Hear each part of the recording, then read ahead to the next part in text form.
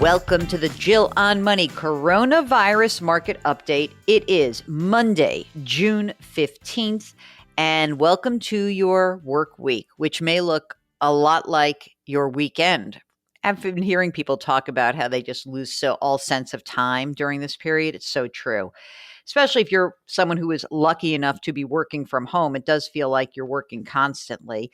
Do try to take some time off. Mark and I have been much better about that we're trying to take some time every weekend just to kind of nest a little bit with our loved ones. And we encourage you to do the same thing. So we are trying to help you out through this crazy time. And what we want to encourage everybody to do is to send us your questions. Our email address is askjill@jillonmoney.com, askjill@jillonmoney.com. Okay. Enrique writes, "Hi, Jill, daily podcaster here. I love it. I have a question about my 457 pre-tax or Roth." Okay, here's the background. I've gotten into retirement saving over the past few years. I've read your book. I max out my 457 pre-tax. I put $6,000 in a Merrill Roth IRA, and I also invest through a regular taxable brokerage account. I'm the go-to guy for my firehouse retirement savings advice. That's hysterical. So he's a 41-year-old firefighter. Question here. Okay, I'm in the 32% tax bracket plus 5% state. He means that's his maximum tax bracket. I figured by doing $19,500 pre-tax, it saves me enough taxes to then do $6,000 to my Roth. Does it make sense to do my Roth for my 457? I've got 15 years to go, and my pension will probably be $100,000 a year. It's funny Mark, when we had Goodman on, he still has some questions about whether it should be all Roth all the time. But I think in this case, it's interesting that he's in such a high tax bracket. I don't know if he's single or married, but just to remind you, 32% means that he's got $163,301,000. So more than $163,000 if he's single, up to $207,000. And if he's married, that's number's much bigger. Now, here's the thing. I don't think it's the worst thing in the world to start having some money in the Roth. You are putting $6,000 into the Roth. That's great. I think the problem that you have is that your pension, which is going to be $100,000 a year, you'll also probably have Social Security, is going to keep you in a high tax bracket. And that will mean that you'll be forced to pull money out of that pre-tax account for your required distributions. It could screw up a few other things. You didn't tell me what the total balances are. Maybe split it if you could do that. Could you put half the money in the 457 pre-tax and half the money into the Roth? If that's a possibility, I wouldn't mind you splitting the difference. But I think you're in great shape, and thank you so much for listening. We do really appreciate that. I'm glad you're the go-to guy in the firehouse. Okay, Ken writes, I just turned 70 in May. I have an IRA that for the last 3 to 4 years, I've been converting to a Roth. My wife passed away in April of this year, and I inherited her IRA. So he combined her IRA with his IRA, and he says that amount is $1.9 million. My Roth is $130,000. My question is, should I convert, say, another $250,000 to $300,000 into my Roth now while taxes are low, or let it ride and pay when I will be required to take my RMD?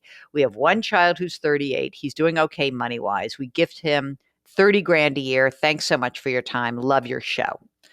Okay, so if you have low taxable income, I think it is great for you to actually convert some of this money. It doesn't mean you have to do it in one, big, huge fell swoop, but, a little bit more in the next couple of years, that would certainly be helpful to have some of the money that's already been taxed. It depends how much your tax bracket is, but let's say that at least for this year, because you will file a joint return for this year, you could go up to $326,000 for your conversion. That will bring you to the top of the 24% tax bracket. And next year, when you are file single, then I don't know if I would do as much. I would still try to keep it in, say, the 24% tax bracket. And that's how much I would do it. So, Ken, I'm so sorry for your loss. It's just terrible situation. You have a great presence of mind to be asking a financial question, and I hope that helps. This is from Cynthia. Thanks for all you do with the daily podcast and the calm you're fostering with all of us. I start my day with you on the morning jog and always appreciate the information you give, even when it doesn't relate to me directly.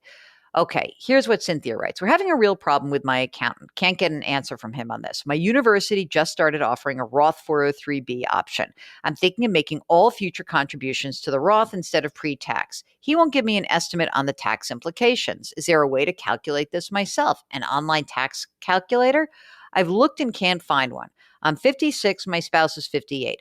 We've got $1 million in retirement accounts, 100 grand in Roth.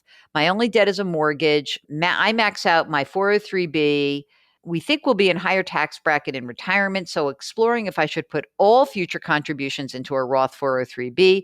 I plan to work 10 to 12 more years. How can I figure out the tax implications if I switch to a Roth 403B? Is this a good move? Okay, let's say, is this a good move? Yes. I love this idea, especially because, as you say, you think you're going to be in a higher tax bracket in retirement. So there you have it. Your combined salaries, okay, right now, it's $110,000, right? And you're asking me, what is the implication for not using a tax deferred account? So if I look at married filing jointly, you guys are in the 22% tax bracket. My thumbnail on this is that you will, and I'm not sure what your state implication is, but that money that you're putting, that 19,000, actually 19.5 this year, would be taxable at a 22% rate. So, it's pretty easy to kind of look at the numbers in that, I don't know, kind of simplistic way, but I think it would work, right? So if you said 19,500 and you said what's the 22, it's you're going to pay an extra $4,000 or $4,300 in taxes. But again, I think this is the right idea. As far as the best calculator, Mark and I were poking around. We were trying to find it. And then I found this article in a CPA journal. And listen to this. Many online calculators are available to assist with the analysis of the benefits of a traditional and a Roth, but it is not likely that any single online calculator can pick the optimal IRA type for an investor. Okay. So there you go. So you're looking around, and Mark says maybe that's why your accountant isn't calling you back, because he or she is also doing that. Here's what I think. I think you should just use the Roth version of the 403B. And I think that will serve you best. And it's going to cost you, probably $4 or $5,000 more in taxes, but it will more than pay for itself down the line. Okay. So this is from Mary, who says, a friend just introduced me to Worthy Bonds. It's a startup that packages loans to small businesses as bonds. Okay, well, a bond is a loan, so that's good. Okay, Worthy Bonds guarantees a 5% return. You can pull your money anytime without penalty. I'm sure you've heard of them. I'm sure I haven't, Mary, I'm sorry to say. The concept sounds great, Mary writes, until I read they are not profitable, which means they can fold and your money could be lost. I'm curious what you think of this, and if you've commented previously. No, I have never heard of this, and I would stay away, stay away, stay away, stay away. I don't like anything. There's no guarantee of 5% right now, okay? And if you hear that, it's totally not a promise that any institution can keep. Interest rates are at 0 right now. There is no way to guarantee 5% return. Okay? So there you go. This is from Teresa.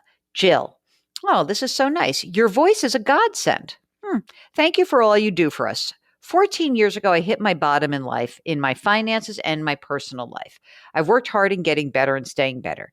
Now at 55, I am a credit union certified financial counselor and lead a department whose goal is to educate and assist others in reaching their financial goals. Because we are not licensed as a CFP, we guide individuals to connect with those that are the experts.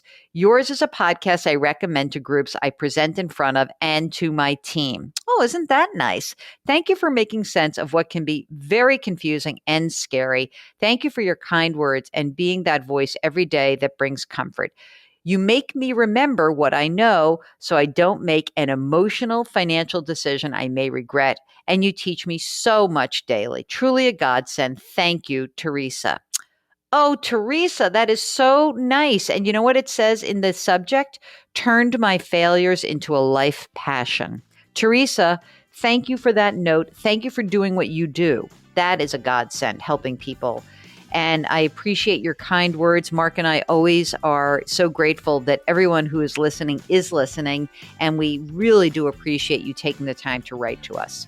Well, that's it. That is the program. And so if you, like Teresa, want to do something nice, it doesn't have to be to me, but boy, a note like that sure does make my day. I know that. So try to lift somebody up, do something for someone else, or, put your hands on someone's back metaphorically. Don't touch them, all right? Because you want to maintain that social distancing. Please continue to wash your hands, wear your masks, be careful out there, and we'll talk to you tomorrow. Thanks for listening.